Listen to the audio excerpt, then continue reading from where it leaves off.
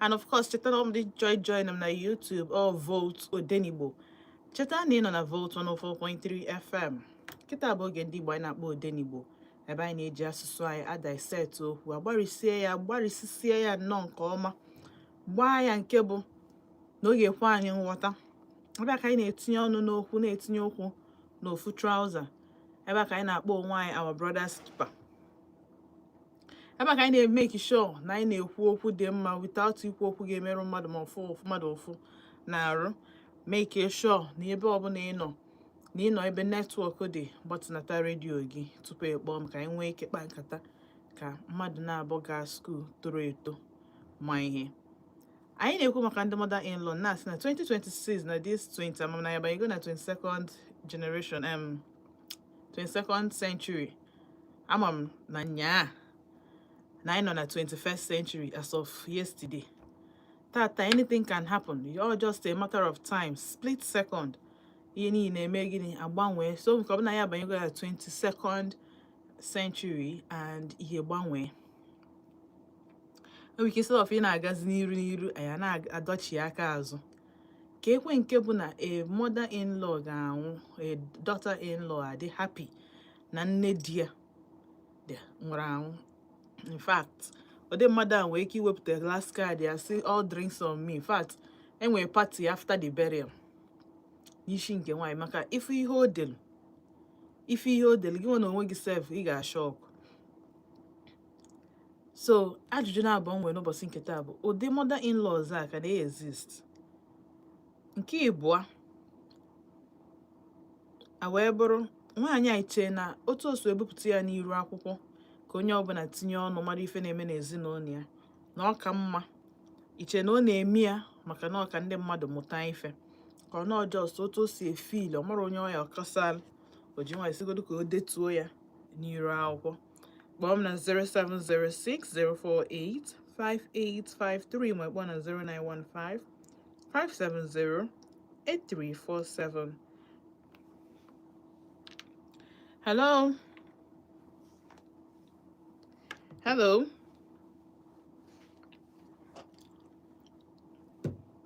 Hello? Edison. Good evening, Guru Chama. Uhuru Chama, no. Dalo. Oh, you puta.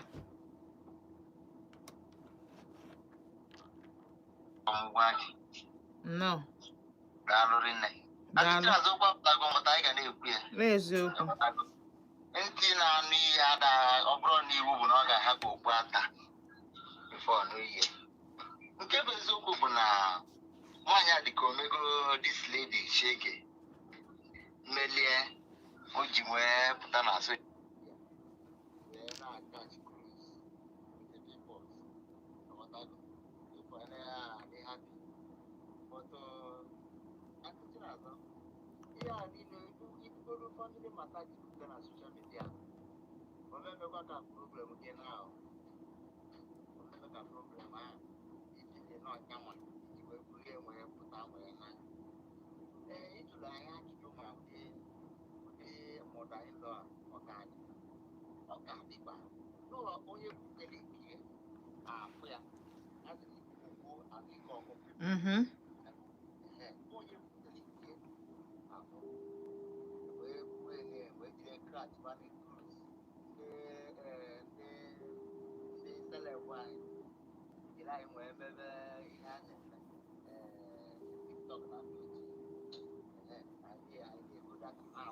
eme ihe niile.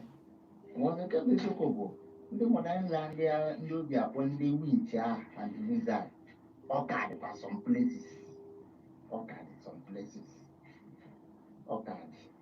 Ọtụ nke nwaanyị m na-ekwu ọ bụrụ na ya ga-eme gị depụta na soshal midia wee sịba anyị ee ọ ka celebrate ya ma ọ ka eme gịnị mba mmadụ ekesa mmadụ gịrị celebrate because gịnị mgbe ọ na-eme ibupụtare na soshal midia ka amara ka esi wee kwue ọ ka ije kọrọ ụmụnna ọ ka ihe kọrọ ụmụnne na onye na-emekọ gị elu otu a nwaanyị amụzia ibupụte na soshal midia wee gere anyị wee kachịba cruise. I feel like na nke a dịkwa ọ dabachara ụwa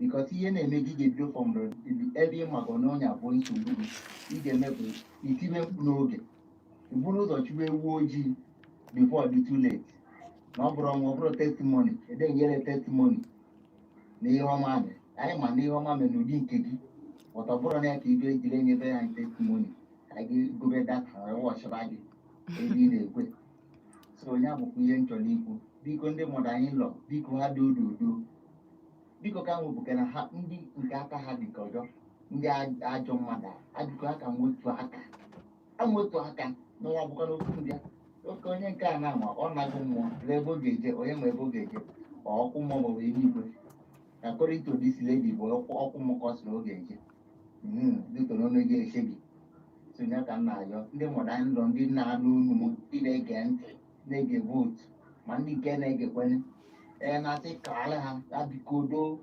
amụtụ aka nwa gị ọ bụla nwa gị fụtara ọnya na ọnya bụ onye ọ ga-anụ na ọnya bụ his own ring ọ na nwa gị nwaanyị fụrụ ya na her own ring biko rapụkana ha ị ga na-eme na-akwanyere ha aka n'ukwu na-eme ka udo chia ka ihe ọma rute ha aka ya bụ ekpere ha ga na-ekpe n'isi ha like my ụmụda anyị nọ o nwere m like nwa ya ịmana every week na onwe ọ ga-asị na ụmụazị m nwere ihe ekesiri mere ọ sị nwa ya nwaanyị bụ nwunye m ya na ọ gị arụ ọdịkwa ya ya chọrọ ịfụkwana ya ọnwakọ ma arụ ọdịkwa ya nọghị mkpọkwa ya sị mmadụ anyị nọ biko na arụ dị ya bụ ijisi ike n'ịmago ka ọnọdụ obodo asụ dịrị enwere m like nwa ha ụta mma as I'm talking to you so ya biko ndị ọzọ mebekwu ihe dị mma anya bịa nchọrọ ikwuko ka ndị ọzọ ike bata daalụ so Ekwesili daalụ ifugoni ọdụgo ndị mother in law aka na ntị mana si na nne sister daughter in law nwa nke anụbata na ọ bụrụzi ya bụ na ị ga-ejezide gbasawa ya na social media. All right, hello.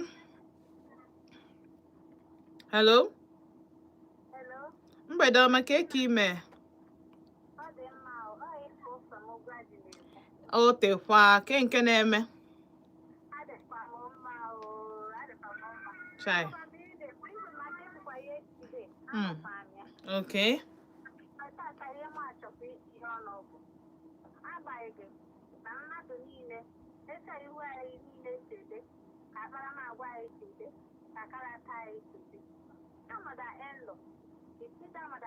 and that woman. All the way the woman met the in-law, may Ojina Bastia with our father. Okay, the mama kata, I want my daughter. All the happiness that they married, they may bound for it. But the thing is that I don't play. May the woman behave well like that. Okay, the woman on one now. They are very happy. They put on social media. They want people. I don't want now. Then why? They try to get put on social media. Then you fool. I don't want at all. I don't want. Because I don't know what the woman. Oh, never want to see it. If you say, "I see the couple here, they are good." Can only the girl here. Before I don't want. So I'm here to get lonely. Make the woman make a job because. Because I want my mother-in-law because I'm sorry. He and me didn't agree with. You know, do the piano. I don't know what this. Oh, no, I don't know piano. Eh? No, I don't know piano. Anụrụ ya anụ na ọmụgwọ na ụmụaka nna na di ya bi na-ebi ọfụma.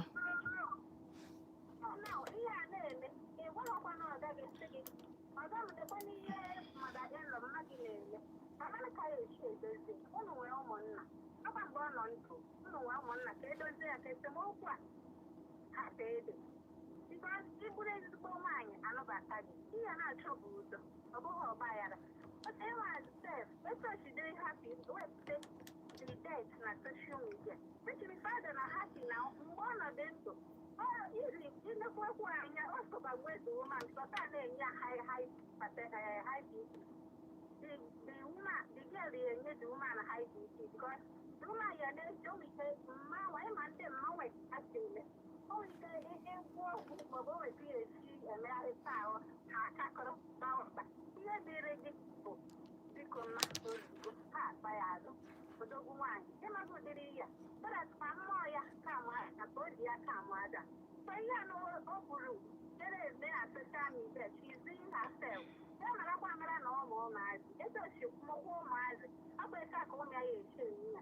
Because what goes around turns around.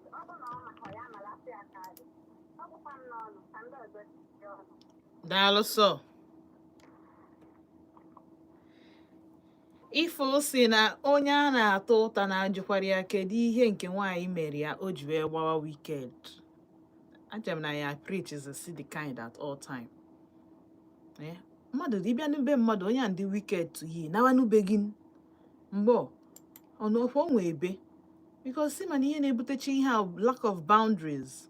Onwe ndị amarọ their boundary. Yatago? Yes, in as much as, but two wrongs and a make is right. Hello? Mgbede ọma ka eke ime? Wenite ọnụ gị? Okay, ka afa gị na-ebe isi akpa anyị? Elda mba amalụ nnọọ.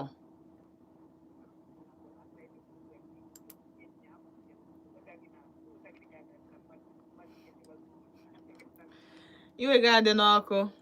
Iwe ga-adị n'ọkụ. Daalụ sọ.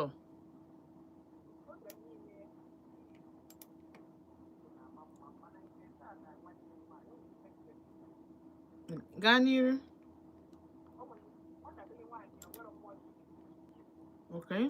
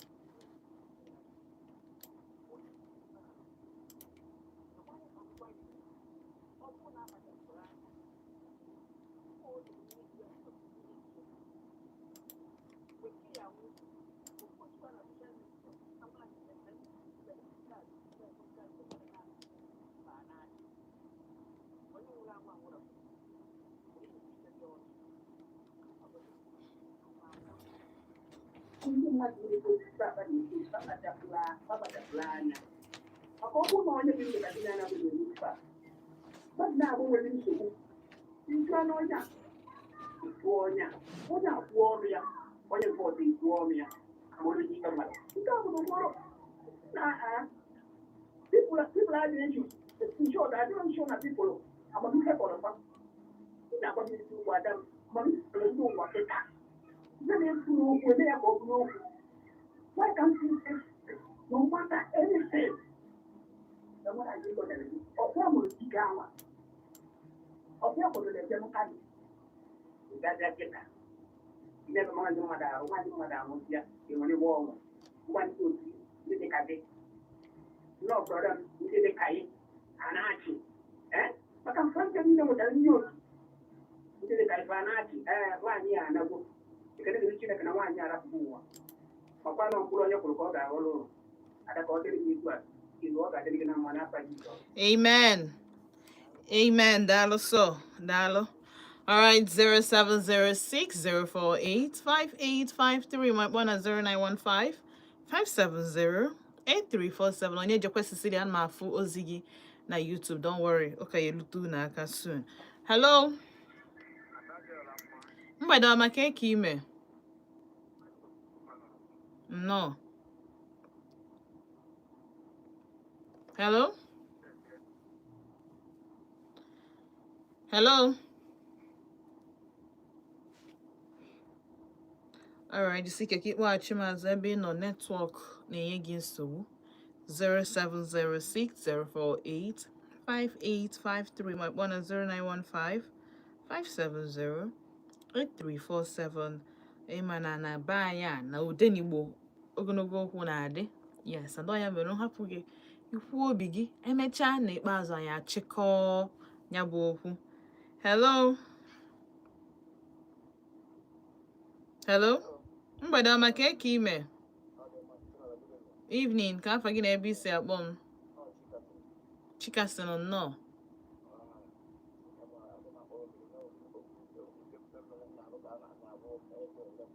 Okay. Nnọọ, ka afọ gị Chimaobi si na ị nọ ebe akpọ m. Chikasị, nke ebe isi akpọ m.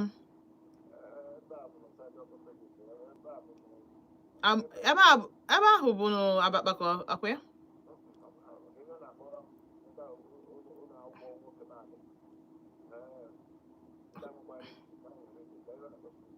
Mama, Chris na orthopedic.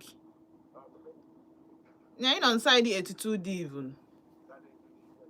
Okay, Ganir.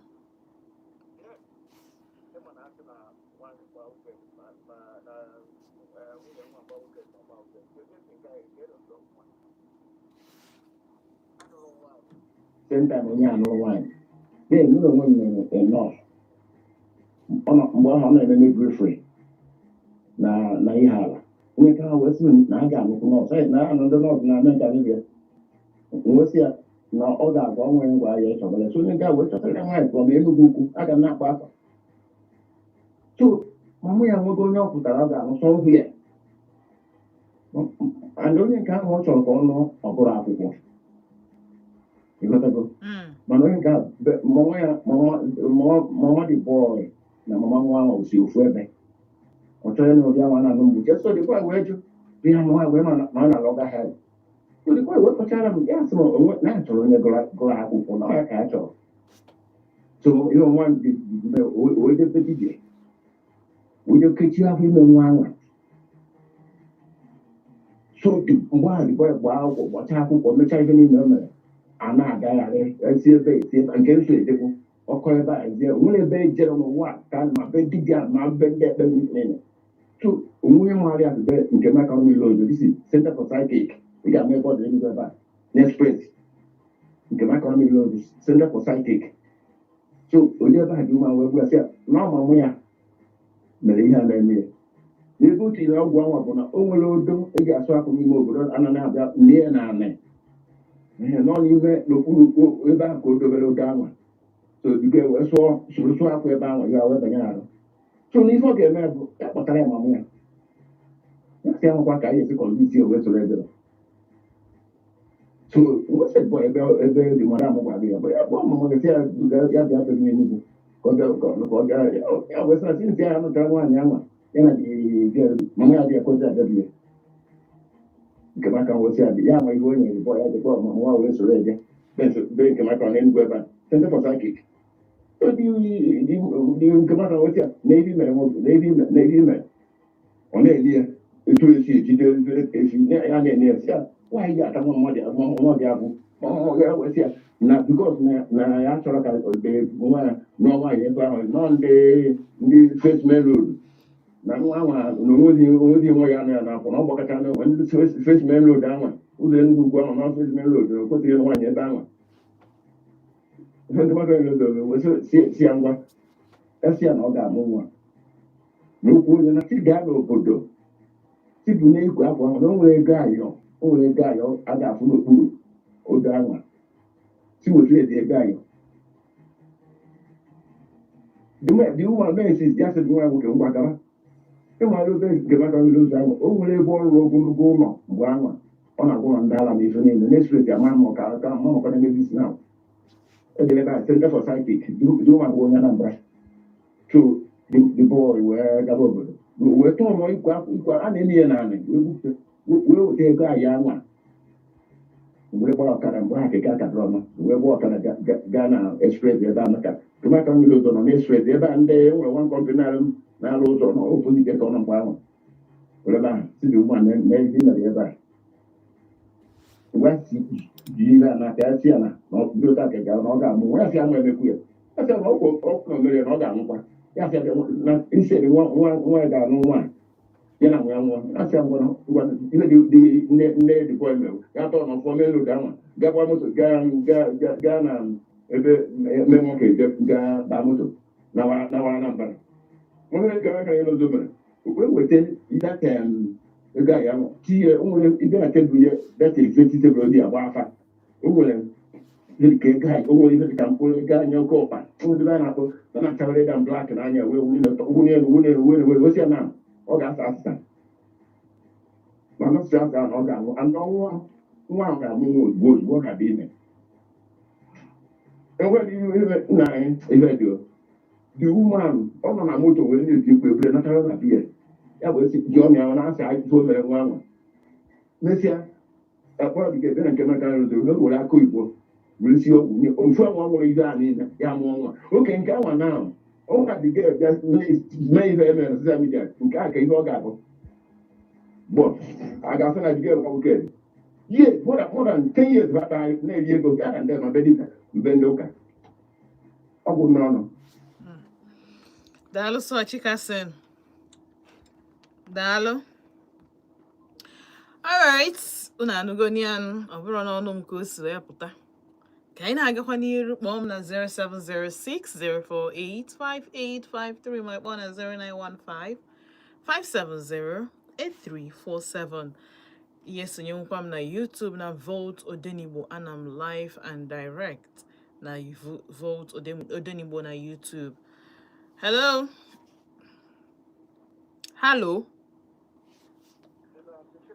mgbede ọma ka eke ime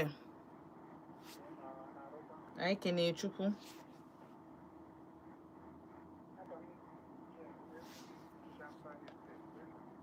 James nnọọ yay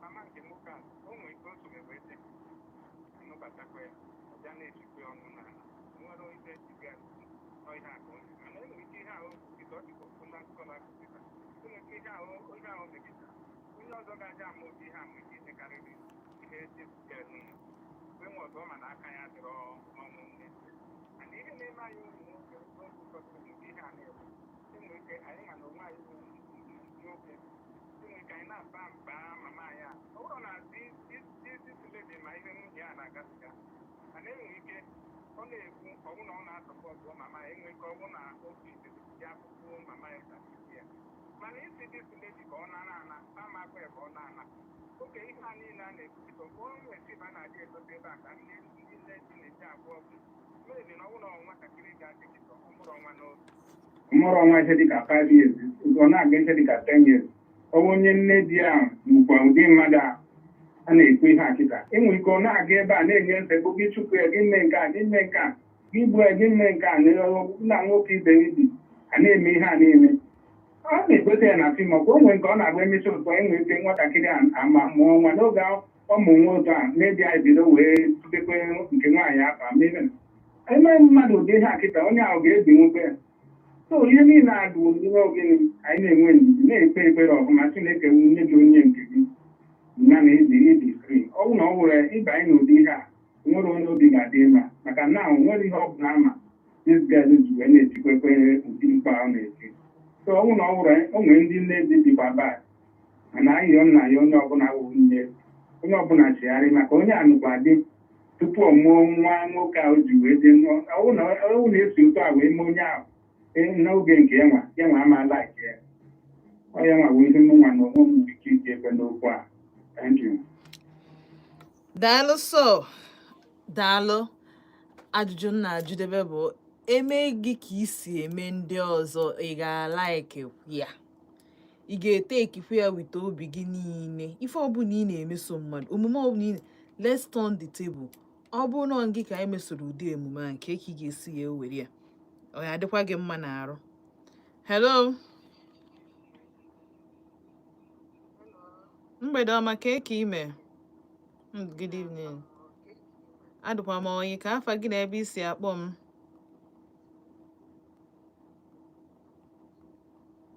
Ụzọ nna echi na nnọọ.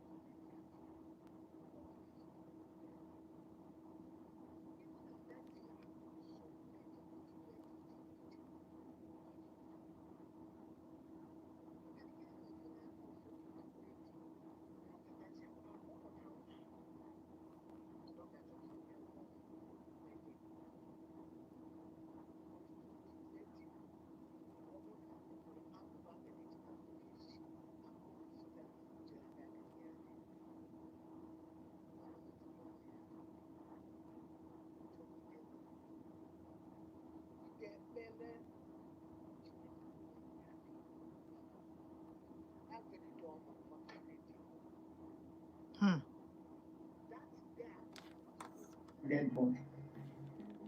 That day, ụmụrụ nwa kpam ọnụ na-amụ nwa ya nwụọ. I cannot over her dead body. Enwere dibịa ha ejere site na ha kpọkwuru nwanne ha nwoke dibịa weta akwụkwọ were nye esa na dibịa dị ụtọ anyere ya akwụkwọ ya bịa na nwunye bụ amoosu. Ihe a na-afụ n'aka ụfọdụ ndị nne di sọsọ ofu Chukwu nna mma and ụmụ nwaanyị chegharịa ata nwatakịrị na ọ pụta maka na Chukwu si mgbe ya ga-ebido malite mụsaba onye na-amụsaba ọgụ don't rejoice. Ọsọsọ ihe obuta apụta n'onwe bikos na onye na-anụkwa ya bụ nwa datụma ụmụma emere ihe gaga eme fuchọ mana ụmụazị jensi anụ ha achọ ọkwa ịma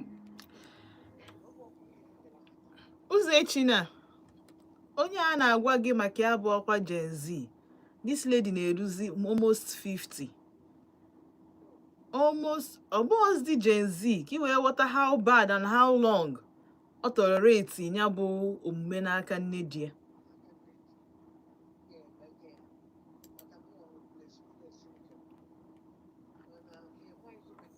nwaanyị a o ji fụta si gbaba ego mma ebleme mana mama m plenchi maka na mmadụ na-emewa mmadụ obi. Akwa afọ m bụ ụzọ nna echina ime ụzọ ya chie ọ ga-adị happy even Chukwu na ama dị happy with you. Generation gị nwere ike maga amụtazi na nwa enwere nwaanyị na be anyị ihe nwa nwoke na-agba aga ekwu okwu ọma nkwuchite okwu ma mịa ọsọ na emugodo nwa na ụmụ niile nwere ike na-ekwu okwu abụọ mụrụ 7 children ha ka edebe ogu ha ncha gburu ogbu ma nwoke dị ma nwaanyị dị ya. There is a power n'ọnụ a. Ị mara ihe ọ gwachagoro nwaanyị, mara ihe o merie ebe ọ bụ n'orugo ebe 50 something years ọnụghọ di ya taa. Enwekwu nke ọ na-abụ ụmụada ndị ada mama esochie mama ha so that girl agha. Onye ka m ji wee sị ụfọdụ ndị na-ada eche eke na ha makwa na nwa ha nwaanyị ga-ejebe onye ọzọ. Eme nwa nwaanyị otu ahụ obi a ga-adịkwa gị mma. Nne m amasị ndị nne ụfọdụ obi na-agbawa na ha fụrụ nwa onye ọzọ na be ha, chezozie na ọka ha si mụta nke ha ka ha si wee nwee. Ọ bụrụ na ọ na-ewute na ya jee nọba na nwa ya nwoke ka o doo anya na ya na nwa ya nwoke bụzie na nwa ya nwoke na-anụ ya, ebe ọ bụzi na nwoke nụọ nwaanyị ọ bụrụ kesi, nwaanyị jee di okesi, o je ha eje kesi, ịmụọ nwa kesi, ịmụ ha amụ ọkandọ. A sị m Jesu bịa gbatara ụmụ nwaanyị ọsọ enyemaka ma mee ka ndị nne ụfọdụ a chepụsịla anya na-achọ ka ha wụọ nwa agbọghọbịa taa. Mana ọ dịgo m leti, ọma ntụgharị m ume ya biko uche ha dịkwa ya. Cheta na nwa ha nwoke ka a na-emegbu, maka na ọ bụrụ na nwaanyị a cheta na ihe a bụ nwa nwoke si anya bịa mụtara nwa ka ya bịafụ ka ọ gbara aka. Ọ bụrụ na ọ gbara aka ọ dịghị ka nwa nwoke ga-emecha eje nta onye ahụ ọ chọrọ ka ọ mụta. Ọ ihe na-ada agwa echiche ọ bụ illiteracy mind. Nne m ọhakwa m n'ọnụ otu dị ije eso na ndụ ebe daalụ sọ, daalụ mụ anyị etiede ọnụ dị anyị.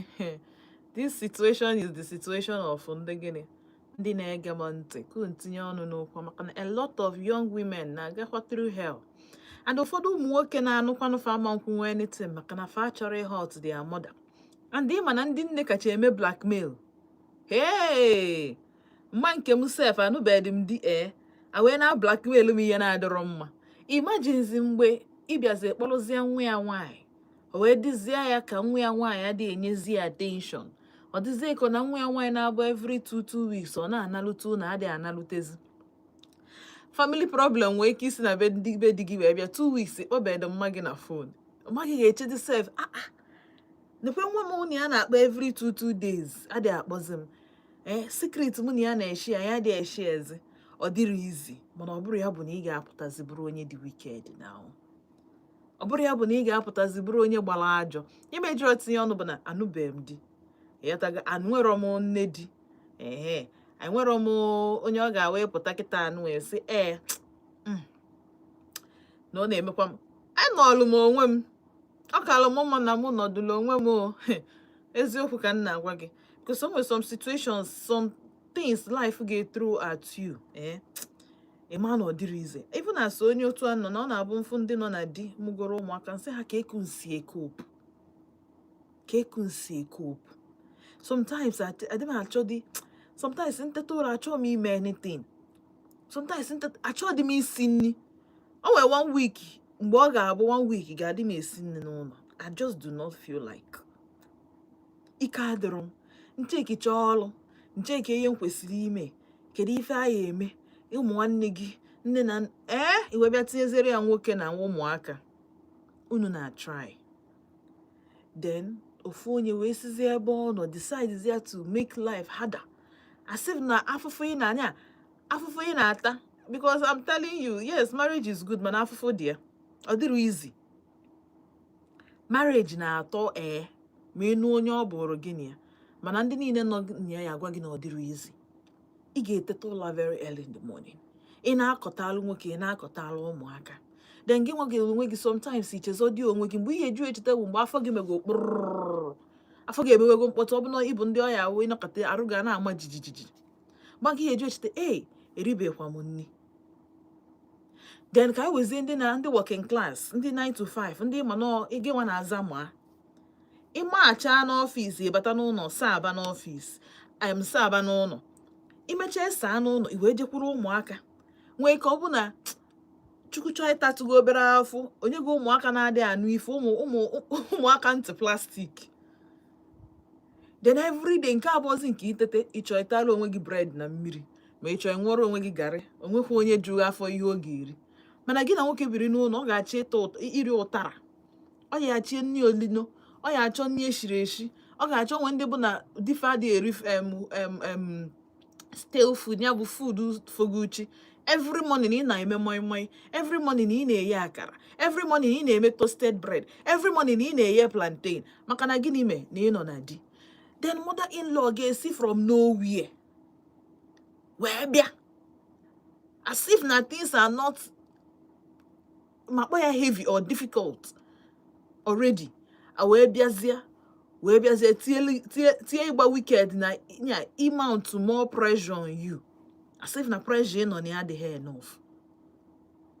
Hey, nne m dịkwa ndụ mana nne m dịkwa wicked na anything ọfụ onye welu. Yes, because onwe family bụ na ha si from the lineage of kindness. Mana ịmago that thing about onye anụbatala anụbata, ọ bụ na ndị be mma gị the kind. Ịnụ di gị nwere ike, because I believe na achọ m ife m na-achọ n'ụwa ọ na Odenigbo a bụ onye chọọ ịnụ di ma onye chọọ ịnụ nwaanyị, tụpụla na gị na nwaanyị kpa nkata ya meso gị gịnị ya yi tụnwe obere. I'm telling you, if onye dị wicked ya ama, it's just a matter of time. Kwefuru ife onye dị wicked, onye gbara ajọ ni asọsọ 2 weeks ọ ga-egosi ha dị ezo nwe onwe ha ezo. Ma onye nọkọta ị na-aga n'ụzọ, try godu nye mmadụ ego mgbere abụọ ịtọ ka ị ma ihe ọ ga-ekwu.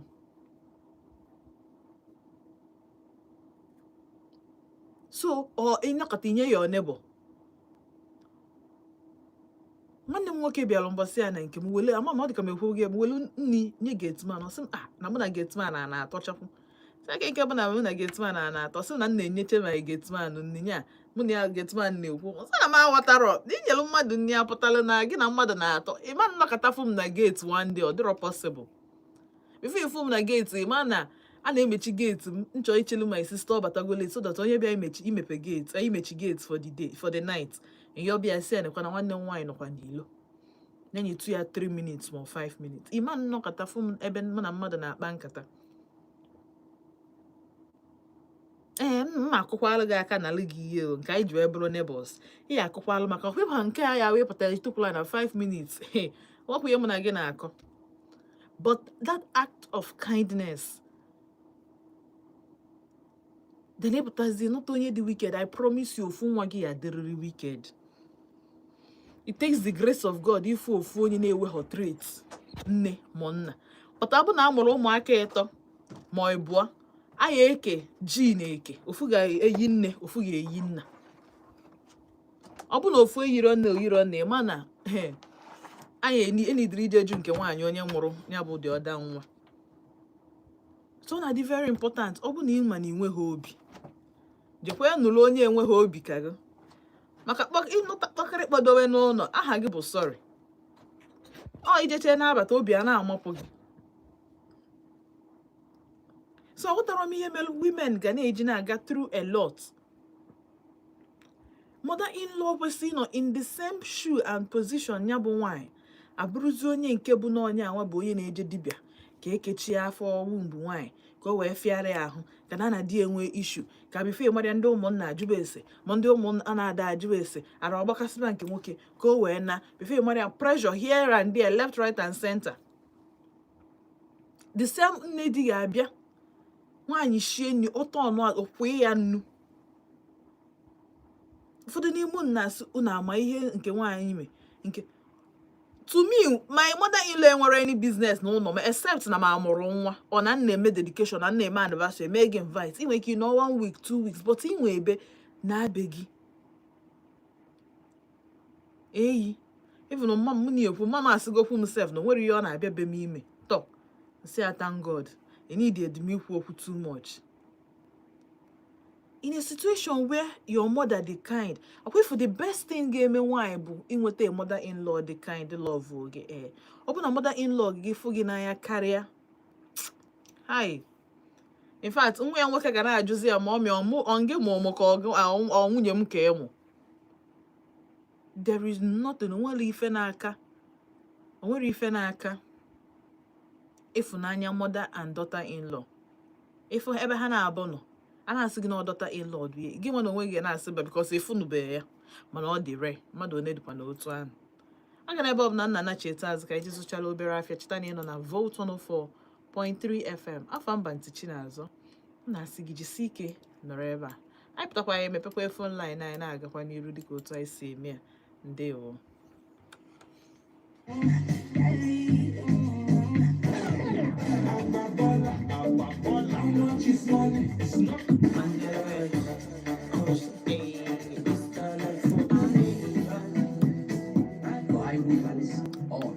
Vote 104.3 FM.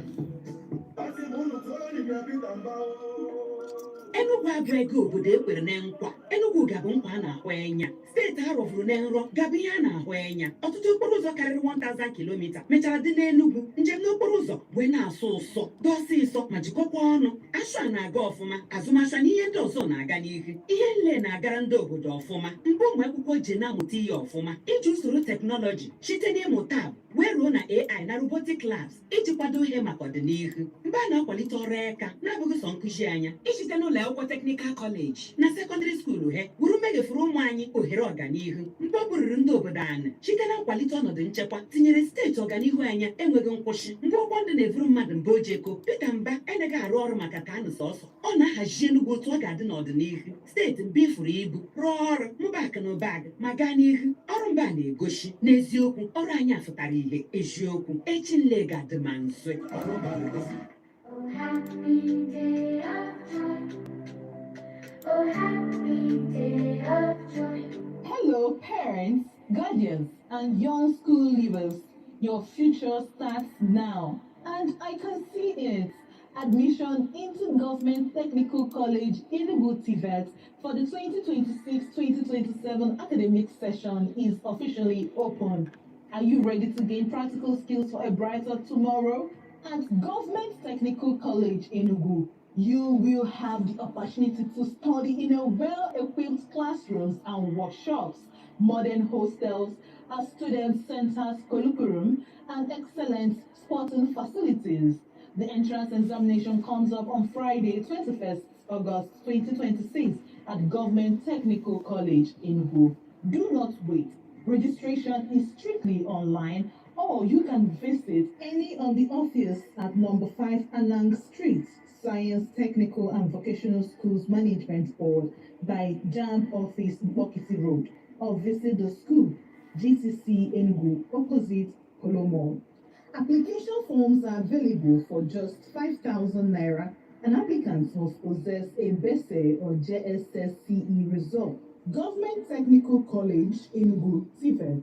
Learn a skill, build a career, and secure your future. The day is bright, it's bright and fair. Oh, happy day.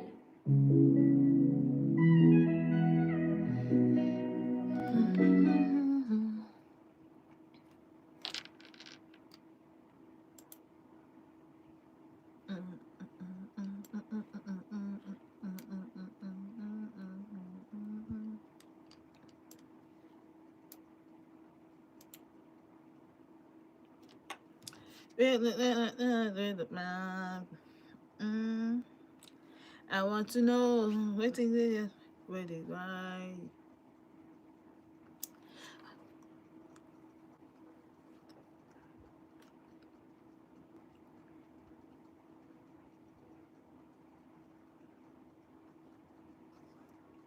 Oh baby, wait. No, baby, because love me back, love me back. This our love, this our love, this our love. We did it forever, like Angie died. Chop up my grandnuts. Now then one.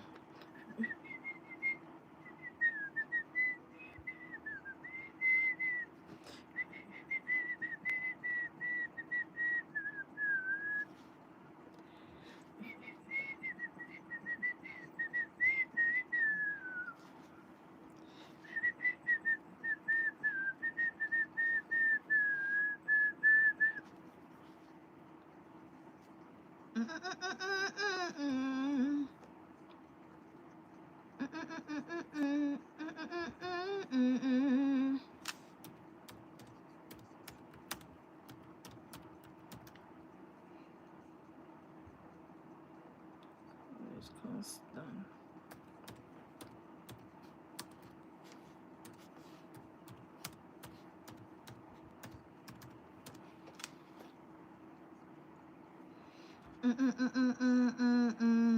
Oh baby, wait.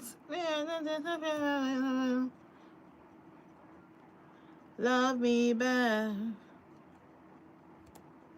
This our love, this our love, this our love, this our love. We go there forever like Anjida. Chapo Gana.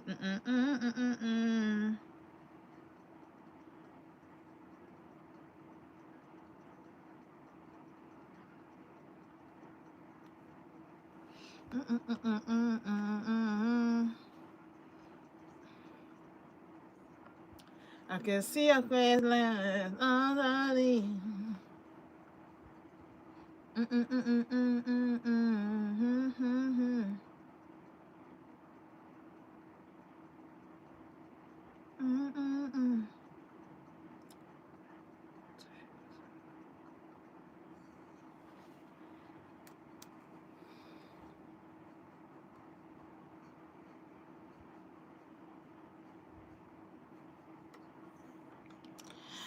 Alright, and I check the mass and get just so we will peer by your phone line. Tani gets to young woman at 0706 048 5853. My boy, 0915 570 8347.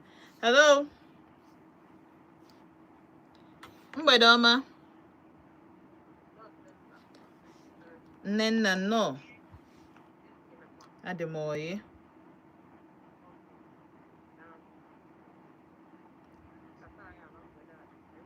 My sister. Ikunefu.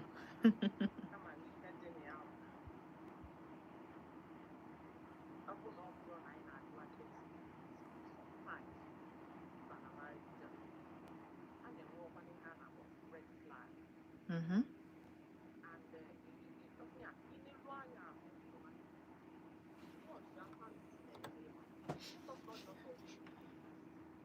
You watch how the family. The Malika has to be. And otu a ha siri bi ka ị ga-akawa arụ solu ma ebibe ma ọ bụ na ị chọrọ na marriage. And n'elu anya na ịmalụ ka nne na nke nwoke ahụ si wee nọdị. E nwere ụfọdụ nne na nwa ha nwoke o nwere ihe na-akọ akụkọ gị ebe ahụ. So n'elu anya na fụda na nne na this man nwa ya nwoke a dị so close.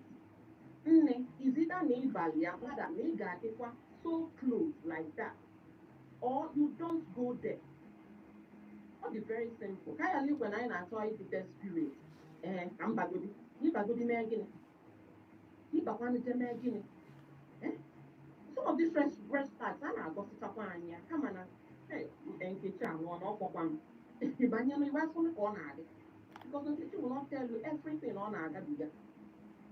In a busy you not need visualize or the one como. If I use fear. So what am I trying to say? Red flag I'm mad. And then now some ladies. People, marriage job on an acting institute and login. You were all the job name okay chain login. Why you were still authority? On way goes to me. You need to be observant because exam again and you didn't need jacket the mark alone when you pass or need jacket the mark alone when you fail. You might yellow with the effect. In our watch situation, in our watch case, imagine what you need to know because that's what you need to know. You must act accordingly. You must just act accordingly. You get cover. Remember, I'm not his because of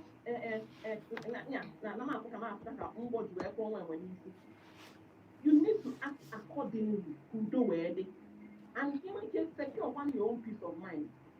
Because some of these waka on our staff for energy. We don't even need some of these things because energy and if you see to make you with you, they are not maybe that's what not the gas or one. Try out the one, watch the other family now, and Mama one, and then you go on authority. In fact, now what I want to now, Mama, even I prefer. Maybe it can like young one than dinner. because that one thing we keep when you look more sex. Because in a situation whereby that now that because definitely marriage there when no shake, I get shake here. And those shaking in a situation whereby na half ordinary, you don't hear about it. Oh yeah, man, this lady because the whole life where I go to what social media where you want to go on where also. If you get so try and know if the family you are going into my like a wage. First impression matters. If I can see what was in her like, no problem. Eh? Take him her like it was. Take it when he can have to be game queer. Not running in a better invent then. If you go see her later, it don't work like that. Here's a reable. And when family be like that. And when family man at all they my young man, also they don't know town or talking about you, but it's not her business. But in that home interest, they don't work at home. In the movie, I pass up for Liana, if she doesn't like it, she doesn't like it. They don't like it, so why must you end up in that marriage? Why are you so desperate? I want to back her, of course, no one problem, I know. It's open because of people this peace of mind on our total. On our total if you connect well. So if they have a red flags out, then in a situation whereby you don't know before all these red flags, dig love, dig love, all of a sudden, you hate baby it's a different ballgame. And on the hand, then check why it is so. It take a time for that na fault is wrong because I have a friend on our cover in maybe even for the on even on a one upon normal delay. For normal delay, still a problem. Understand it doesn't really matter what early or delay. No, it will go along with you. Then another friend who will call us saying, like what I survive marriage. Everybody will go and survive in here. Just you need to be two one. Marriage you get survive one day. You want to go on survive. Then he retreats. It is not a do or die. Not that only open with them, only that here. Not a any matter of the family. Now on a difficult mature because not gonna go with it.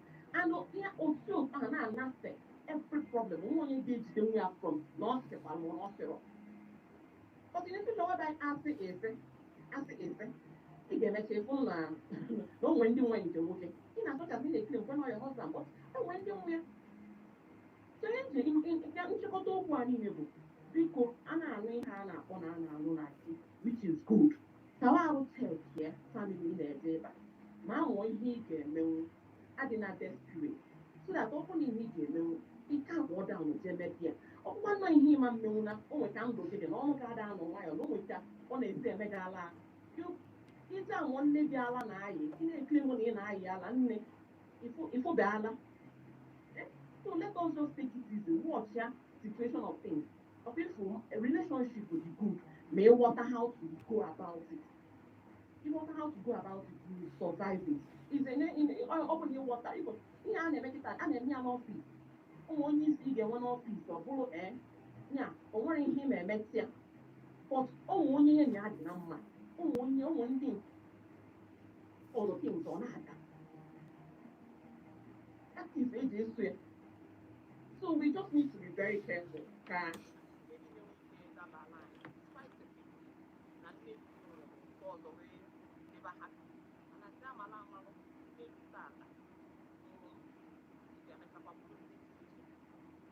Dalo.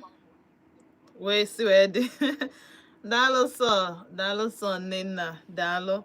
And of course, desperation sometimes na-eme I forgot to some signs I am about n'ime ụfọdụ n'ime anyị na-abụkwa anyị pụta isi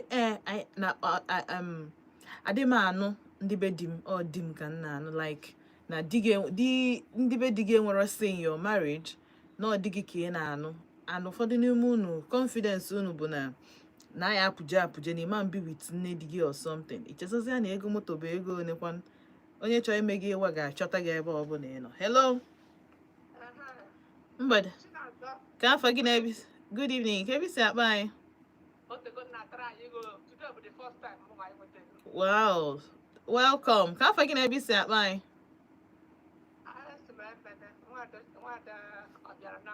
Ọ bịalụ na mma ịbịalụ na mma nnọọ. Hello? gaa n'iru anyị na-anụ ihe ị na-ekwu. Ihe chọrọ bụ na first, onweghị dị ka mmadụ ife Chineke ụzọ n'ihe ọbụla ọ na-eme. Okay. Like mụnwa, my own experience, nne di m achọrọ ka di m ka ọ nụọ nwaanyị na mba maka na first one nke dị ọbara na onye otu. Ị na-anụ ya dị Mm-hmm. so mgbe my husband chọrọ ịnụ ha kikiri against it ma nna di m ma nke dị ọbara na nwunye ya kiki against it si my husband okwu ga-eme ka ọ nụọ my husband wee gakwuru nwanne maka ya nke dị ọbara nke tọrọ nna di m wee gwa na-ekwe ihe a chọrọ nna di m wee sị ya as far as na onye ahụ ka ị laikere maka na nna m nwụrụ na gịnị ya ga-eme gịnị ya ga-eso nje ọ sị ya na parents ya chọrọ asị na ha nwere ebe ha na-eje ya jee nụrụ n'ụbakasị nna m nke nwanne nna di m ahụ wee sị ya gịnị na ọ bụrụ na ha ma nke ya ga-eso na ya dị hapi na ya nọ ndụ nna ya wee mee gịnị wee chọọ ịnụ nwaanyị ọkụ ya okwucha ihe ha odidi m ha ka gịnị o wee mee gịnị ọ rụzie etu akwechie ka a ga-adịba anyị so ma nne di m ma nna di m ma nwanne ya nwoke nke dịbara ma nwunye ya nwasịrị na ha ma nga wee mee gịnị ihe na onwe ha na-emesi ha wee mee gịnị ha wee kwado wee so di m zere ka eze bụrụ na nke ọzọ ya na ha na-aga isobe mata nwa di mgbe ha nọ nkịtị onye ka m bataziri biko oke ihe mere wee bụrụ na agbachara nkwụ wee my husband wee mee gịnị ha wee ke mpeji na village maka nne di m na nna di ha na village ịma na anyị anọ 2 days ka 3 days anyị wee kwado nne di m wee mee wee were ego wee nye nne di m ehi m ebe ihe ọ gwara m ọsara m aka otu si m ego kedu ihe a ga-eji ya Gị nwa nyelu nne di gị ego. nwaanyị dị ego wee natabazie ego mgbe mụ na my husband ọ sị m ọchara m aka etu asị m ego dị kedu ego ego dị taa m wee sị ya mama ịmalụ n'ọmụ anya nke ego ịmalụ ihe sọ gị were ya mgbapụ ya n'ọkịta ọ ya wee nata nnukwu onye ka eme wee mekọta mgbe na-atụ nọ ibe wee ruo mgbe m mụrụ ejima maka my mother na-abịa ọmụmụ Okay. wee ruo ka m mụrụ ejima my mother wee nọ 2 months my mother na-emegide ihe ọ na-anọjisi ike n'ọlụghọ 2 weeks ma ọwọ month mgbe m mụziri ejima my mother wee megide wee nọ 2 months ọ nọcha wee naba nna my husband sị na nne ya ga-abịa wee dịrị m tọgị obeketa m ga-eme gị na wee I don't talk too much nne di m wee bịa ị mana nne di m ịsa mbọsị ụka mbọsị ọ ga-ejisi ike tara gị ahụ bụ Monday to Saturday mbọsị ụka ome gịnị ọgaba ụka osoro nke Diọkpara maka nke Diọkpara anyị chagbe na Disemba mbọsị ụka ahụ osoro ndị nke Diọkpara wee maka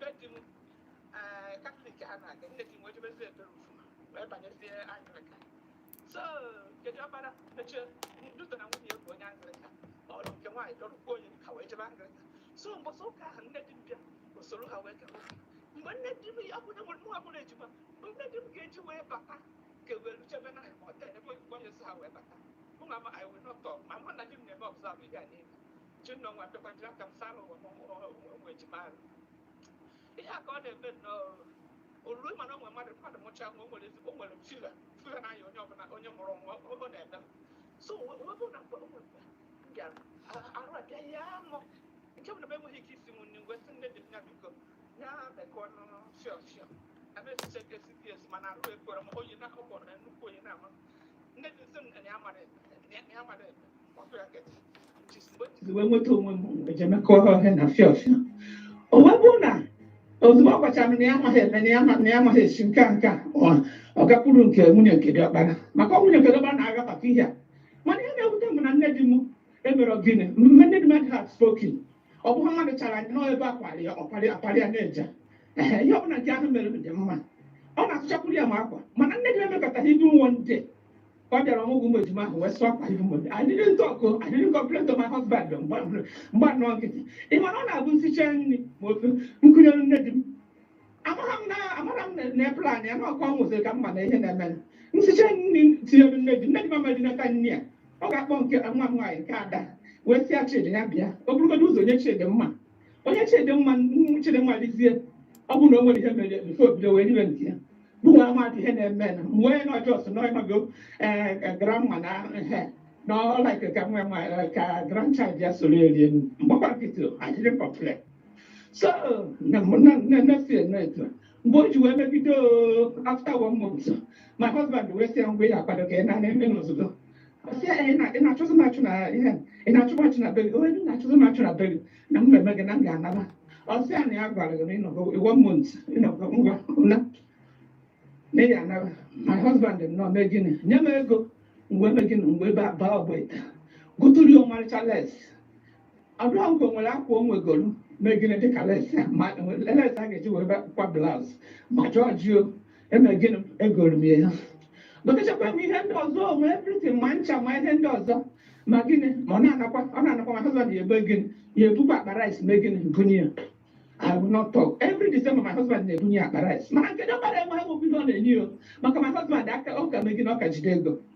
So before mgbe ha si bịa na ọ ga-ana o webụ na o nwere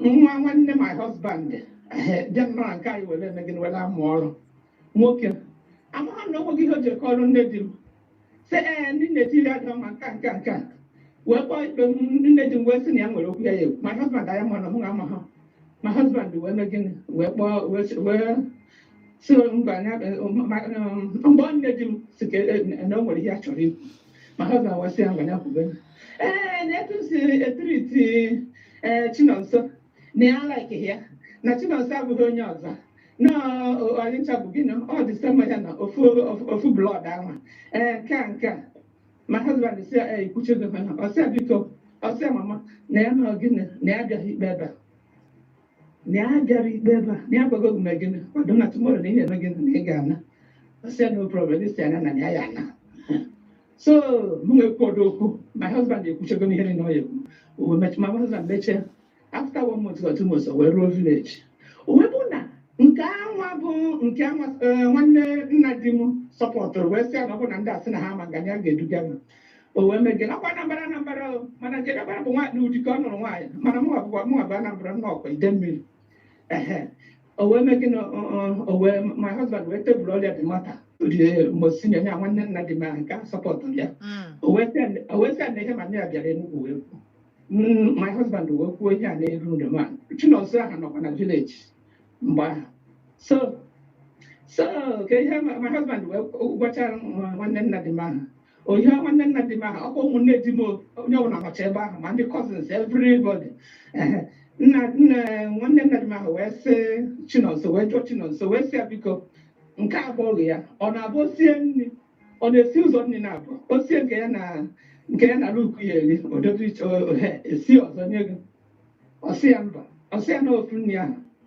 ahụ ka a na-eme gịnị ka ọ nọ nke ha jiri ka a na-enye kedu ihe a na-ekwuziri ka ihe a na-asị na etu ose nye gị nya mere ya na-abụ na isi na ọ na-abụ ma osie ofe ma osie nke ha iche mee gịnị osie anọda wan wee nye gị etu a ka esi wee mee gịnị etu a ka esi wee ha duru mata ike kwụzie onye ọbụla mana mgbe dabọ chọkwara ịmụ ọrụ mekaniki n'Enugu nwanne di m ahụ nke diọkpara na di nwunye ya ahụ bụ onye ụdị so na ọma mmegị na ọma nnọkwa bịa maka nke ahụ anaghị ekwe ka ụmụnne di m gaje na bie my husband emegị na onye obi ebere megị o wee sị na Chinonso ya emegị na o wee sị Chinonso ya bịa ka eje sign ọrịa agreement my husband sign agreement ma ego ma everything nwekwe nke ndị be ha weta ọ na-akwa ha ego so mana ihe ha ji megịnị ihe ha ji were megịnị wee compensate m bụ gịnị nne di m ya nọ na be m a na-akụrụ ya asị n'ikpeazụ a ka m chọpụtara ihe nne di m na-eme mgbe ahụ na-abụ ntinyere nne o bụrụ and nne di gị anọzi nne di m anọzi na mgbe m mụchara ụmụ ejima after 1 year ka ọ nwụrụ n'ebe duk maka ọ nọ wee nwa nakọta sị na afọ asabe bịa na mgbe a na-eme ihe na adịghị wee mee gịnị wee jee na wee gara hospital ebe ahụ ka ọ nọzi nke diọkpara wee sị m my husband na nwunye gị ga-eje ka eme gịnị maka adịghị nwaanyị ha chọrọ ada di m ha ncha ha na-ama ha na time adịghịzi